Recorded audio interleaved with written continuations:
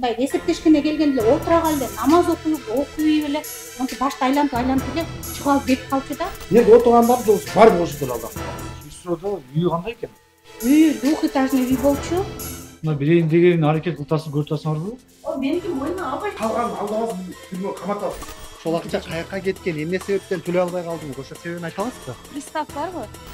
Амансыздарбы көрөрмандар. Буга чейин биз Дордой базарындагы соодагерлерди алдап кетти деп айыпталып жаткан Сүйүмкан Халботоеванын иши боюнча чагылдырганбыз. Анда ал 10 соодагерди 12 миллион сомго чукул акчага алдап кетүүгө шектелип иши каралып жатат. Бүгүн ушул Свердлов райондук сотунда 4-чү сот отуруму болгон жатат.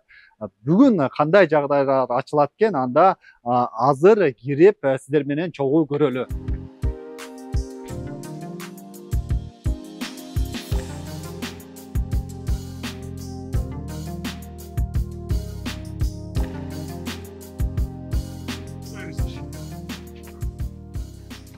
Ошо мен бул жерде отургандар баардыгы эле ошондо алынган.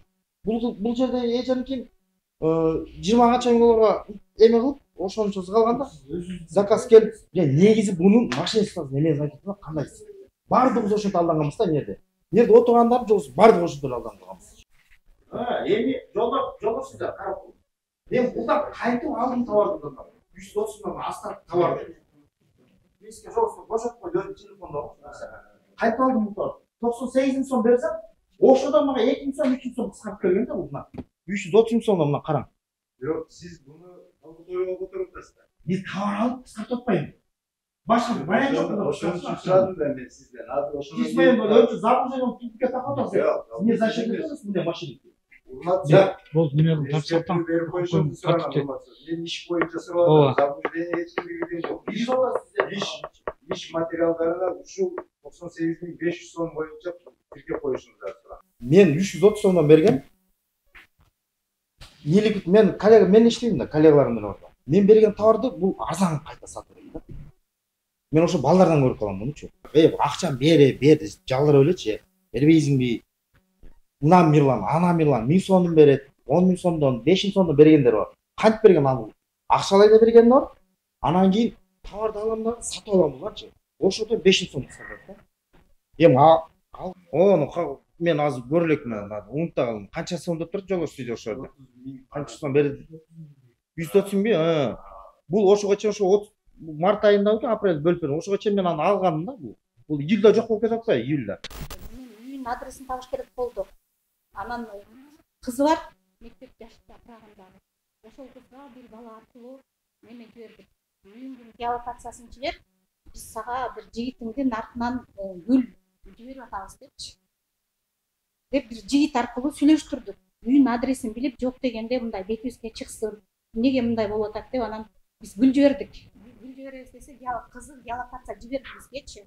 Анан мен жолдошумду өзүм алып эметип алып, Ак Ордо 3, 7-29-үйгө бардык. Барсак, орустар иштеп атыптыр. Ал кезде ушундай карантиндин убагы болуп, элде жумуш жок, цехтердин баары токтогон, Дордойдун баары токтогон, адамдар өлүп аткан четинен. Ошол маалда билеген чоң-чоң плитка эмелерди орустарды алып келип алып ремонт жасап атыптыр. Мен өлүп калдым. Значит, бул акчасы бар эле кыз экен. Значит, биздин акчабызды берет деп бүтүп жүрө-бердик. Анан Сүйүмкан такыр байланышка чыккан жок. Жок, кире албайт, могу сыртта турат. Мен видео тартып атам мына. Тартыр. Билбейм, адамдарды эшиткеле жинде отурдагы. Сен эмне кеп чыгат?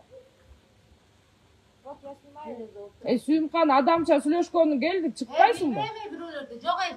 Через милиция сүйлөшөсүңөр, милиция аябай жаштыңар. Анан мен ушинтип алданганымды мен кийин сездим.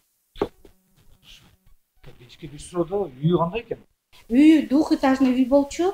Чоң особняк. Биз ошол видеолор менде тиркелүү. Андан кийин экөө сүйлөшүп неткенден кийин Сүйүмкан дедим. Эми закон тарапта бололу. Келди, сен мага колго расписка жазып берген кереги жок. Бөйрөгүң жакшы болуп калып, мага эми нотариустан расписка жазып бер деп, мен адвокатым да эле да оригиналы. Адвокатыма эмеге мага через нотариус 1 миллион 849 сомдун эмесин жазып берди. 21-жылы сентябрь айында заказ алам деп биздин цехке келген. Анан аябай жакшы иштешип жүрүштү. Сентябрдан декабрь айына чейин аябай жакшы иштешти. Алынган товарларды убагы менен берди. Анткени постоянно өзүм көзөмөлдө болуп турдум. Анан бир күнү Сүйүмканды мен Дордой базарына барып кармап алдым.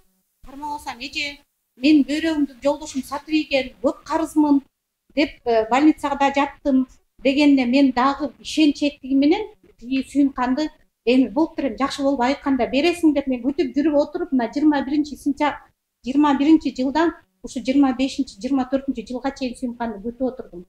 Берет болуш керек, бул адамдык эмес, ойгонсо берет, значит бөйрөгүн сатып ийсе деп. Анткени менин күйөөм сот жобуна тартылган, мен корком.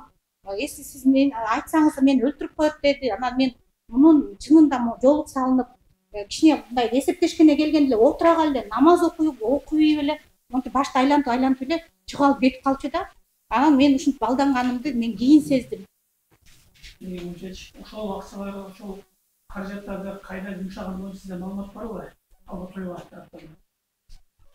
Бул ошол мен жана үйүн салынып атканын, ушундай особняк экенин, асыл тукум жылкылары бар экенин Токмокко чейин барып келдик. Биз баягы законду бузбайлы дедик эле, составдан эле мынтип карап, эмне менен эме кылат болуш керек десек, бугун кайын журтунда Токмокто кайсы бир айылда мен жазып алдым эле. Ошол айылда асыл тукум жылкыларды бактырат экен кайын журтуна. Ошолордун баарын көрүп, значит бул иштеп жүргөн адам ошондой нерселерди алат да деп. Мен Дордой менен байланышым жок да, мен швейный цех болгондугуна байланыштуу. Бар болуш керек деп мен дагы да болсо ишенип келгем да. Же болбосо мен эслемеккидей болсо, мен анда эйдей болуп алышып берише бермек. Мен ишенгендигим үчүн, мен жоолугуңа ишенгендигим үчүн бергем да. Сиздин балдарыңыз менен бизнесиңиз бирби? Бир. Анда балдарыңыздын кайрылганын билип туруп, эмне үчүн кайра ушул эле 1 миллион чоң сумманын акчаны берип атасыз? Эгер мурда кайрылсаңыз, жок, ал кезде кутулуп бүтүшүп жөндөн кийин анан күтүп атат да. Башка суроо жок. Биздин жаныбыздагы магазин даже ушундай сот болуп 1 жыл соттошуп жүрүшкөн да. Ошонун да даже 100 жолу, ошонун бери 100 жолу сенде возможность болгон 5 жылдан беричи. Сен бир ошонун да даже эндиче бербей жүрөт. Ким айыпталуучу? Мына берейин деген аракет кылтасын көрүп атасыңарбы? О, меники мойнуна албай атат. Уларды судья Жок, бул хорошо. Негизи мына жабырлануучуларга берейин деген аракет көрүп атасыңарбы? Мына сен 2022 жылдан бери. Беркесиңер анан эмне булар жөнү келип атабы? Жок.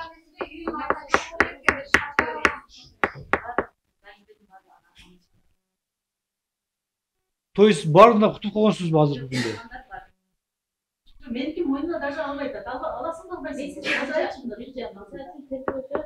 Хорошо, эми азыр бул айыпталуучунун эмесин көрсөтмөсүнөн келебиз. Анан ошону сурайбыз, ошондон тактылар. Хорошо, отуруңуз. Буга чейин жазбагандарды айтайын өтөм да.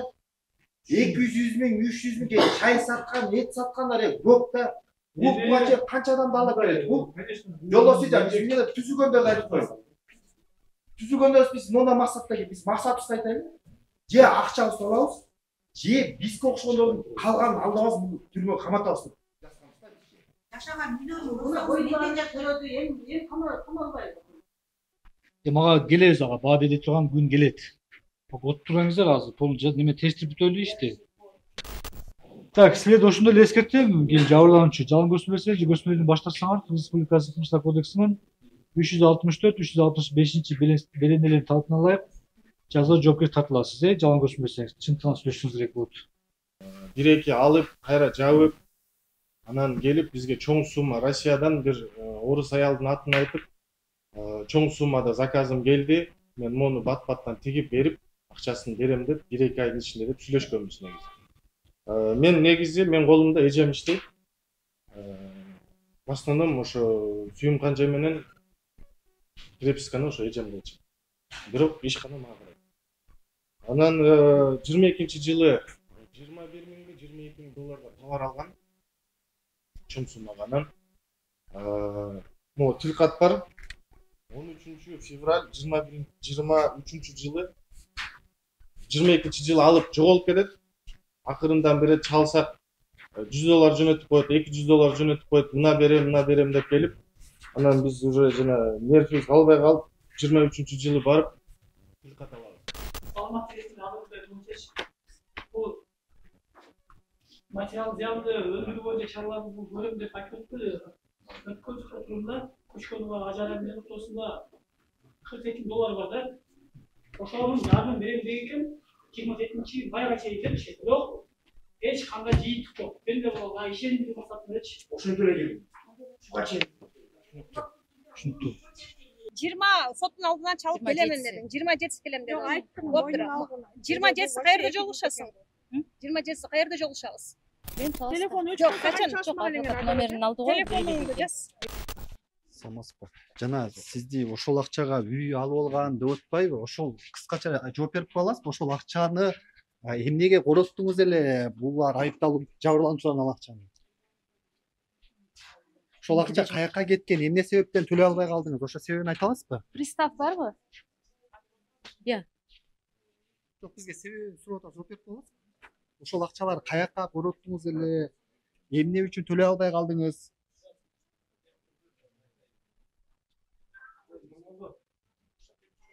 Жооп бере аласызбы же жооп бербейсизби? Бүгүн жабырлануучу тарап айыпталуучу Сүйүмкан Калботоева менен күйөөсү Руслан Жумалиевке таандык мал мүлкүн жана банктык эсептерин камакка алууну талап кылышты. Сот муну канааттандырып, алгач кандай мүлкү бар экенин аныктамай болду. Кийинки сот отуруму 11 июнга саат 16:00 белгиленди.